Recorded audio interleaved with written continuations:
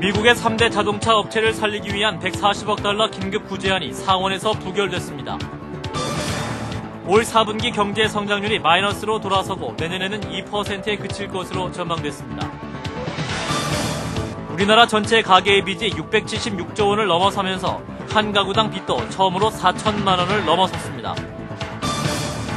평균 수명이 80세에 이르는 고령화 시대에 접어들었지만 노인의 욕망은 제대로 해소되지 못해서 사회 문제로 번지고 있습니다.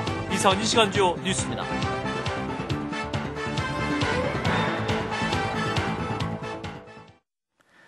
여러분 안녕하십니까? 미국의 3대 자동차 업체를 살리기 위한 140억 달러 긴급 구제안이 상원에서 부결됐습니다. 이에 따라 빅3 업체 가운데 우선 GM의 파산 위기가 현실화되고 있습니다. 워싱턴에서 박종률 특파원의 보도입니다. 미국 상원은 오늘 GM과 포드, 크라이슬러 등 3대 자동차 업체에 대한 140억 달러 구제안을 상정해 표결에 붙였지만 찬성 52대, 반대 35로 정족수인 60표를 확보하는 데 실패했습니다. 오늘 법안 표결에 앞서서 그동안 구제안에 반대 입장을 밝혀왔던 공화당은 자동차 노조의 임금 삭감을 마지막 절충안으로 제시했지만 끝내 입장 차이를 좁히지 못했습니다. These companies either already failed or failing. And that's a shame. These aren't the General Motors, Ford, and Chrysler I knew. But we all in America will benefit by competition. 자동차 구제 법안을 주도했던 크리스토드 상원 금융위원장도 올해 안에 빅3를 살리기 위한 의회 차원의 논의는 사실상 끝이 났다고 말했습니다. 백악관도 성명을 통해 자동차 구제안이 상원에서 부결된 데 실망스럽다면서 자동차 업체 구제를 위한 가능한 조치들을 검토할 것이라고 밝혔습니다. 하지만 당장 자동차 구제안이 상원에서 부결되면서 빅3 업체의 회생 가능성이 희박해진 것 아니냐는 관측이 나오고 있습니다. 특히 빅3 업체 가운데 가장 경영난이 심각한 제너럴 모터스가 조만간 파산 보호를 신청할 것이라는 전망이 힘을 얻고 있습니다. 워싱턴에서 CBS 뉴스 박종률입니다. 한국은행은 올 4분기 경제 성장률이 마이너스로 돌아서고 내년에는 2%로 추락할 것으로 전망했습니다. 지난 98년 외환 위기 이후 가장 낮은 수치입니다. 권민철 기자입니다. 한국은행에 따르면 올 4분기 GDP 국내 총생산 성장률은 지난 분기에 비해 1.6% 하락할 것으로 잠정 집계됐습니다. 경제 성장률이 마이너스로 돌아선 것은 2003년 1분기 0.4% 이후 5년 만입니다. 감소 규모로 따지면 지난 98년 1분기의 마이너스 7.8% 이후 가장 큽니다. 내년에는 2%의 경제 성장률을 전망했습니다. 이 역시 외환 위기 때인 98년에 마이너스 6.9% 이후 가장 낮은 수준입니다. 해외 투자은행들의 전망치인 1.2%보다는 높지만 국내 다른 기관이 예측한 2.4% 내지 3.6%의 성장률보다는 훨씬 낮습니다. 2%라는 경제 성장률도 세계 경제 성장률을 1.9%로 봤을 때의 얘기고 세계 경제가 나빠지면 더 추락할 수 있습니다. 고용도 매우 불안합니다. 내년 취업자 증가 수는 올해보다 10만 명 줄어든 4만 명에 그칠 것으로 전망됐습니다. 경상수지는 220억 달러의 흑자가 예상되나 세계 경기 침체에 따른 수출과 수입의 동반 축소에 따른 것이어서 의미는 반감되고 있습니다. 한국은행의 전망 발표는 내년 경제가 혼란 이후 최악이 될 것임을 예고하고 있습니다. CBS 뉴스 권민철입니다. 우리나라 전체 가계의 빚이 676조 원을 넘어서면서 한 가구당 빚도 처음으로 4천만 원을 넘어섰습니다. 한국은행의 가계신용 동향에 따르면 지난 9월 말 기준 가계신용 잔액은 677조 321억 원으로 전 분기보다 15조 7천억 원이 늘었습니다. 이를 통계청의 올해 추계 가구 수로 나누면 한 가구당 부채는 약 4,054만 원에 달합니다. 이처럼 부채는 늘고 있으나 주가 폭락 속에 금융자산은 줄어서 가계와 소규모 개인기업 등을 포괄하는 개인 부문의 부채 상환 능력은 지난 2002년 이후 가장 낮은 수준으로 떨어졌습니다. 평균 기대 수명이 80세에 이르는 고령화 시대에 접어들었지만 노인의 욕망은 여전히 소외 상태로 남아있습니다. 해소되지 못한 노인의 욕망이 사회 문제로 번지고 있습니다. 윤진아 기자입니다. 하루에도 수백 명이 드나드는 서울 종로구의 한 노인 전용 콜라텍. 흥겨운 리듬에 맞춰 춤을 추는 노인들 사이로 부킹 명찰을 달고 만남을 주선하는 노인들의 모습이 이채롭습니다. 거의 반만이 할아버지 할머니니까 모르는 사람도 커피 한잔 하면서 대화가 되고, 쉽게 말하면 매일매일이 즐거운 거지. 평균 수명 연장과 경제력 향상 등으로 자신의 욕망에 솔직한 젊은 노인들이 늘고 있습니다. 성형수술을 받는 노인들 역시 5년 사이 3배가량 증가한 것으로 조사됐습니다. 이른바 뒷방 늙은이로 외롭게 지내고 싶지 않다며 이성을 만나는데도 관심이 많습니다. 젊은 사람들은 이렇게 재고 이러거지만 늙은이들은 애로우니까 적당하면 사귀어버려. 그러나 이러한 욕망이 해소될 공간과 사회적 인식이 부족하다 보니 사회적으로 일탈하는 노인이 잇따르고 있습니다. 경찰청 조사 결과 60세 이상 노인이 성폭행 가해자인 경우는 지난 96년 100건에서 2006년 423건으로 10년 사이 4배 이상 증가했습니다. 전문가들은 노인들의 욕망을 금기시하고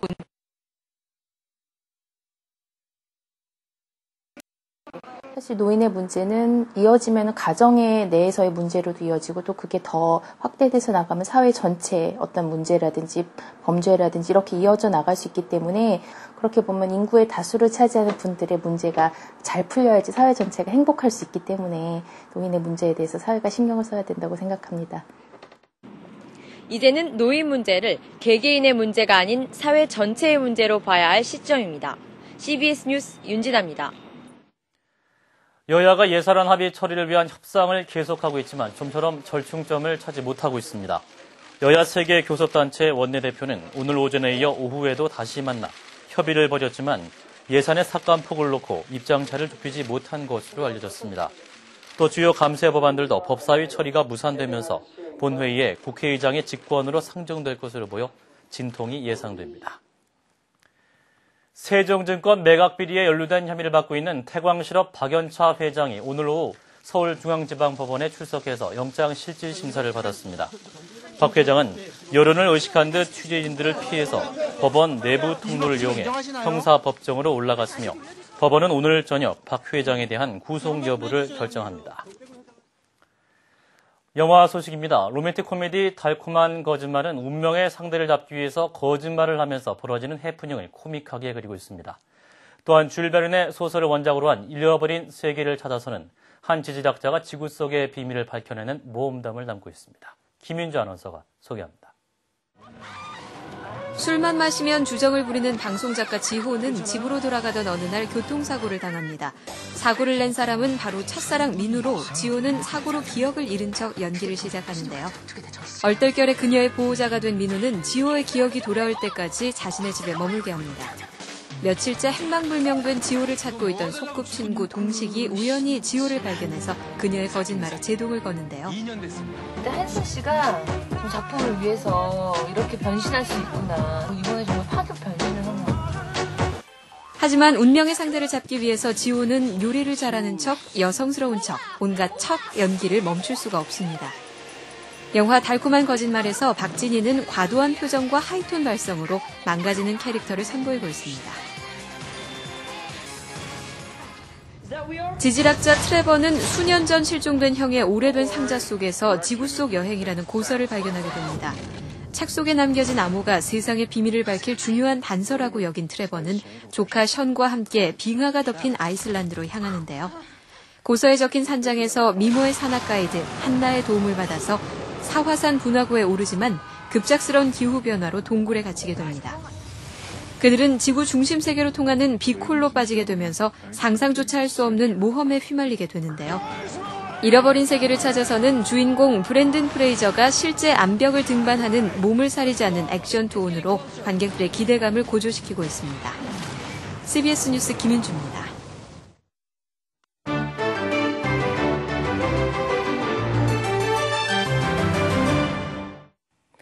페루 리마의 한 요리사가 페루에 있는 유명한 잉카 유적 마추픽추를 초콜릿을 이용해 완성시켰습니다. 이 요리사가 근무하는 호텔에서는 매년마다 예수탄생 그림을 빵으로 만들어왔다고 하는데요. 올해는 특별히 7대 불가사의 중 하나로 꼽히고 있는 잉카 유적을 초콜릿으로 만들게 됐습니다. 마추픽추가 어떤 모습으로 재탄생했는지 화면으로 함께 만나보시죠. 페루 리마에 위치한 한 호텔의 요리사가 비밀의 공중도시로 유명한 잉카 문명의 고대 도시 마추픽추를 초콜릿을 이용해 탄생시켰습니다. Por tradición que nosotros hacemos un pueblo de casitas de gingerbread, pero ahora que Machu Picchu es una de las 7 maravillas modernas del mundo, lo quisimos representar así en chocolate, ¿no? Fue una iniciativa para resaltar más, ¿no? Para incentivar más el turismo en el 160kg의 초콜릿과 2,000여 개의 조각으로 디자인된 마추픽추. 45일에 걸쳐 완성된 고대 도시 마추픽추는 일반인들에게 공개돼 많은 사람들이 찾고 있습니다. 호주에서는 전 세계 70여 개국에 음란물을 유포한 조직이 검거됐습니다. 이들은 주로 아동들을 성적으로 학대하는 내용들을 유포시켰고 경찰은 조직들로부터 사진 50만 장과 비디오 15,000개를 압수했습니다. 호주 경찰은 지난 1년 동안 200여 명의 용의자를 색출하는 데 성공했다고 하는데요. 이번에 기소된 19명은 아동 학대물 소유 혐의로 10년형을 선고받게 됐습니다. 그리스 반정부 시위가 수도 아테네 등 대도시 10여 곳에서 수만 명의 시민들이 참석한 가운데 이어지고 있습니다.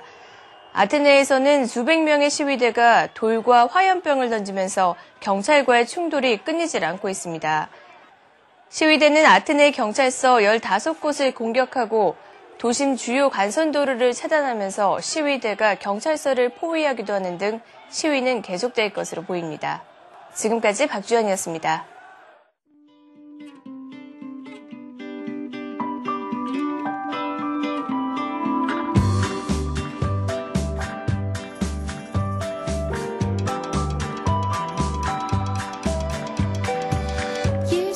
Go for it, I said stop.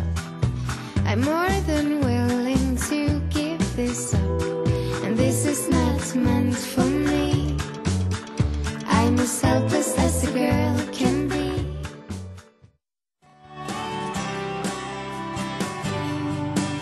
안녕하십니까. 기상청 예보관 장현식입니다. 주말 야외 활동을 위한 주말 기상 정보와 날씨와 관련된 관심사항에 대해 설명드리는 시간입니다. 이번 주말에는 약한 기압골의 영향을 받은 후 점차 고기압의 가장자리에 들겠습니다. 토요일은 전국이 대체로 흐리고 아침 최저 기온은 영하 4도에서 영상 6도, 낮 최고 기온은 5도에서 12도의 분포가 되겠습니다.